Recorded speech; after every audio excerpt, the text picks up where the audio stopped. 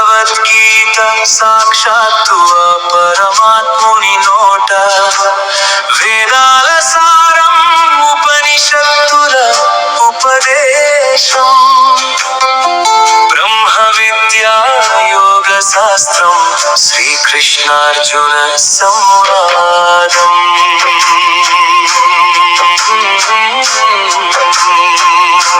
శ్రీమద్ భగవద్గీత 7వ అధ్యాయము జ్ఞాన విజ్ఞాన యోగము 6వ శ్లోకము. ఏతద్యోనీని భూతాని సర్వాణీత్యుపధారయ అహం కృష్ణస్య జగత ప్రభవ ప్రళయస్థదా. పరమాత్మ ఇలా అంటున్నాడు, సమస్త జీవరాశులు నా యొక్క ఈ 2 శక్తుల ద్వారానే వ్యక్తమవుతాయి అని తెలుసుకో. నేనే ఈ సమస్త సృష్టికి మూల ఉత్పత్తి స్థానము, మరియు నాలోనికే ఇది అంతా లయమైపోతుంది.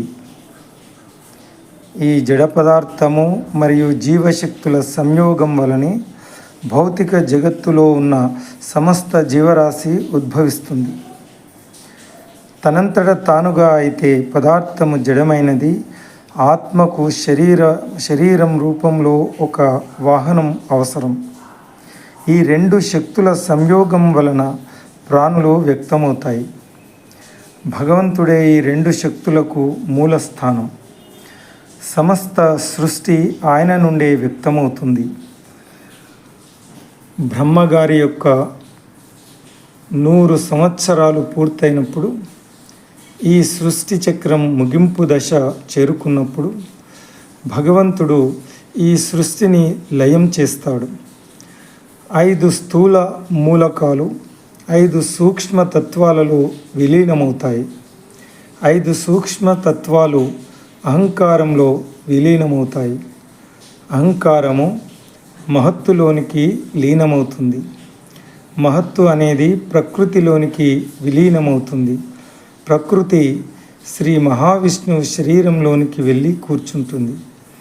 ఈ ప్రస్తుత సృష్టి చక్రంలో మోక్షము పొందలేకపోయిన జీవులు అంటే ఆత్మలు కూడా భగవంతుని శరీరంలో అవ్యక్త రూపంలో తదుపరి సృష్టి చక్రం కోసం వేచి ఉంటారు. మరొకసారి భగవంతుడు సృష్టి చేయడం సంకల్పించినప్పుడు ఈ చక్రం మొదలవుతుంది.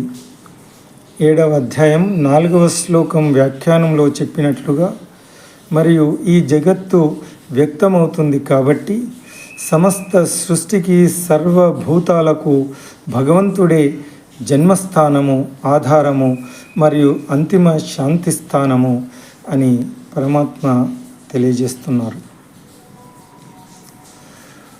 Know that all living beings are manifested by these 2 energies of mine.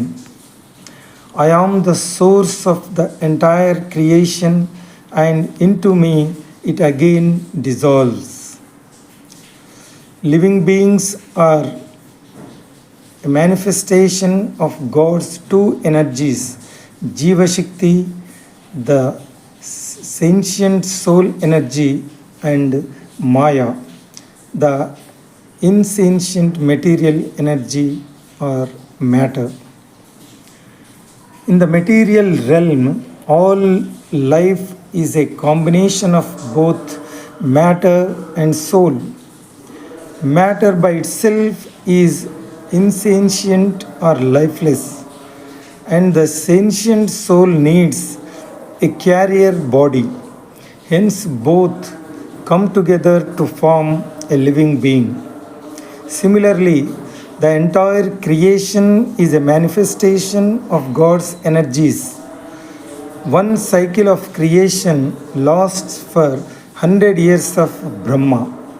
Then the Supreme Lord starts the process of dissolution. The 5 gross elements merge into 5 subtle elements, which in turn merge into Ahankara. Ahankara goes back into Mahan, which again unites with Prakriti. Prakriti now resides inside the body of Mahavishnu, another form of the Supreme Lord. All the materially bound souls which could not get liberated during this cycle of creation also resides in God's body. They remain unmanifested, waiting for the next cycle of creation. When God decides to create, the entire cycle begins all over again, as explained in verse 7.4, and a new world comes into existence.